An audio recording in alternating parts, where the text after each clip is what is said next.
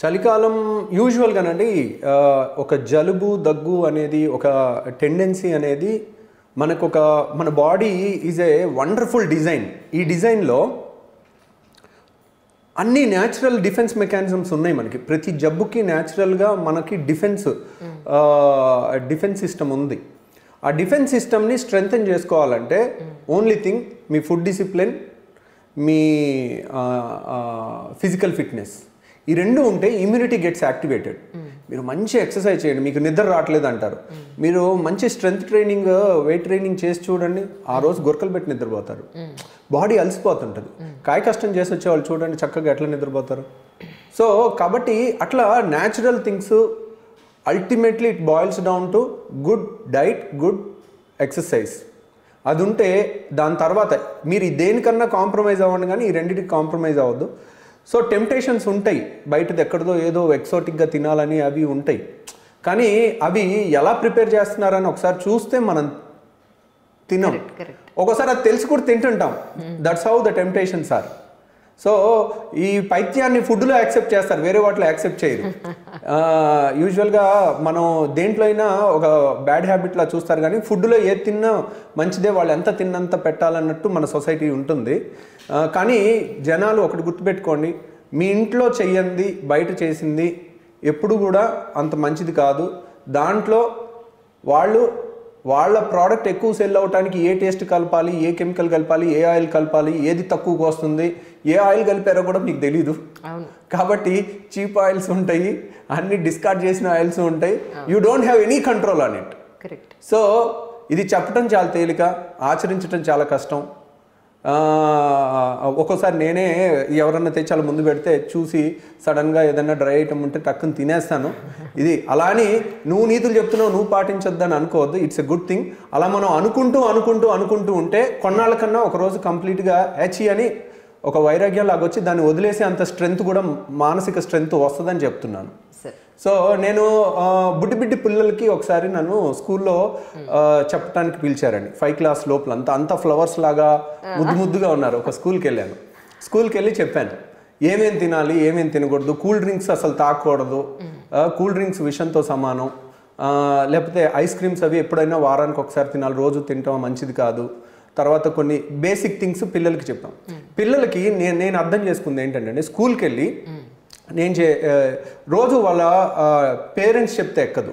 ఎవరినో ఒక ఫారెన్ బయట నుంచి వచ్చి ఒక డాక్టర్ అట్లా చెప్తే వాళ్ళకి అది నాటుకుని పోతుంది. టీచర్ చెప్పినవి కూడా ఒకసారి బాగా నాటుకుంటే వాళ్ళు. నేను అలా చెప్పేసిన తర్వాత ఏమైందంటే, ఒకరోజు ఒక మాల్లో కనపడ్డారు ఒక పిల్లలు, ఎవరో ఇలా చూస్తా నవ్వుతా ఉన్నారు, ముసుముసున్నారు. వీళ్ళేంటారా నన్ను చూసి నవ్వుతున్నారు, నాకు అర్థం కాలే ఫస్ట్. వీళ్ళు స్కూల్లో ఏమన్నా చూస్తుంటారేమో, తర్వాత వచ్చింది వాళ్ళు ఇట్లా వాళ్ళ పేరెంట్స్ గిలికి ఇదిలా చూపిస్తూ ఉన్నారు. ఈ డాక్టర్ ఏంటన్నా ఐస్ క్రీమ్ తినొద్దన్నారు, లేకపోతే చిప్స్ ప్యాకెట్లు తినొద్దన్నారు, కూల్ డ్రింక్ తాగొద్దన్నారు అని. అలా ఒకసారి అయిపోయింది. మళ్ళీ తర్వాత ఇంకొకళ్ళ పేరెంట్ వచ్చారు నా దగ్గరికి. పేరెంట్ వచ్చి, ఏమండి మీరు ఒకసారి మాల్లో ఐస్ క్రీమ్ తింటుంటే మా వాడు చూశారు, అదేంటి ఆ డాక్టర్ గారు ఐస్ క్రీమ్ తినొద్దని చెప్పారు, ఆయన తింటున్నారండి. రైటే, నేను మనిషినే. బట్ మనం ఒక మంచిని ఒక 4 సార్లు అనుకోవటంలో తప్పలేదు. 1-2 సార్లు పాటించకపోయినా 3 సార్లు పాటిస్తాం. సో విచ్చలవిడితనం నేను వద్దన్నది. అంటే ఏంటంటే, మీరు ఐస్ క్రీమ్ ఎప్పుడో ఒకసారి తింటాం ఓకే, ఐస్ క్రీమ్ లీటర్ డబ్బాని తెచ్చుకుని ఫ్రిడ్జ్ లో పెట్టుకుని ఇక ప్రతి గంటకో 2 గంటలకో ఒక స్కూప్ తెచ్చి తింటాం అనేది దట్ ఈస్ డిజాస్ట్రస్. సో ఇవన్నీ డిస్కస్ చేసుకునేది ఏంటంటే, we know some times what is good అనేది తెలిస్తే ఒక్కొక్కసారి మనం కూడా పాటించలేకపోవచ్చు.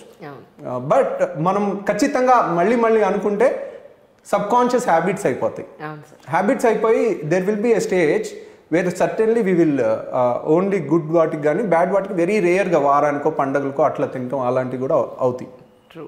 ఐ థింక్ అలా అయ్యి ఫ్యూచర్లో ఎవరు నన్ను పాయింట్ అవుట్ చేయకుండా ఉండగలగటానికి ట్రై చేస్తానని నేను నీతులే చెప్పటం కాదు, వీలైనంత వరకు దాంట్లో పావులన్నా పాటిస్తానని. సార్ రీసెంట్గా మీ వీడియోస్ చెప్పా కానీ మీకు ఫాలో అవుతూ ఉంటానని, మొన్నదో మీరు యూట్రస్లో ఫుట్బాల్ అంతా కణితి ఉంటే దాన్ని ఒక కీ హోల్ సర్జరీ ద్వారా చిన్న ముక్కలుగా దాన్ని తీశారని. సో దీన్ని బట్టి నాకు అర్థమైంది ఏంటి అని అంటే, ఇదే కాదు మీరు ఆ యుఎస్ క్లయింట్ ఎవరైతే మీకు ఉన్నారో బెరియాట్రిక్స్ గురించి వచ్చిన ఆయన, so you are doing experiments also, అంటే విచ్ ఈస్ సేఫెస్ట్ ప్యాటర్న్లో ఏదైతే మనం చేయగలము, వానికి ఏవైతే రెసిస్టెన్స్ ఉన్నాయో, ఐ మీన్ ఈ డ్రగ్స్ పడడం లేదు అనే విషయాన్ని మీరు ఏదైతే గుర్తించారో 7-8 రకాలు అనుకుంటా ఐ థింక్ దానికి పడట్లేదు అని మీరు చెప్పారు అందులో.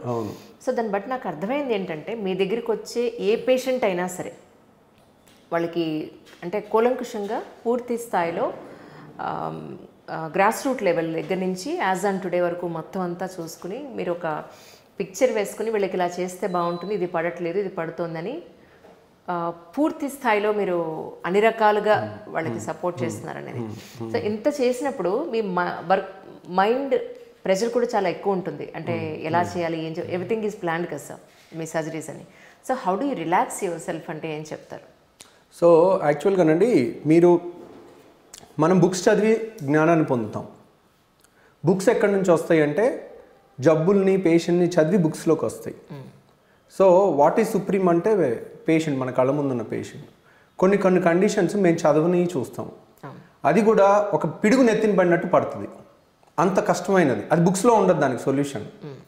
కాబట్టి బుక్స్ పేరు ఏముంటుందో చెప్పనండి. సర్జరీ బుక్ ఉంది, ద వరల్డ్ బెస్ట్ బుక్ ఏంటంటే బెయిలీ అండ్ లవ్, దాని పేరు బెయిలీ అండ్ లవ్, ఇద్దరు డాక్టర్స్ అనమాట, బెయిలీ ఒకళ్ళు లవ్ ఒకళ్ళు. So Bailey and Love principles of surgery దాని పేరు, అంటే దాని సూత్రాలు అని. సో ఆ ప్రిన్సిపల్స్ చెప్తారు, వదిలేస్తారు. నీకు ఈ ప్రిన్సిపల్స్ ఎందుకు చెప్పామంటే నీకు అన్నిసార్లు ఇక్కడ ఉన్నదే బుక్లో ఉన్నదే రావాలని లేదు. You will get a suddenly different things. నీ ఈ ప్రిన్సిపల్సే కాదు, అన్ని సబ్జెక్ట్స్లో నేర్చుకున్న ప్రిన్సిపల్స్ అన్నీ అప్లై చేస్తే ఒక్కోసారి నీకు క్లూ దొరుకుతుంది.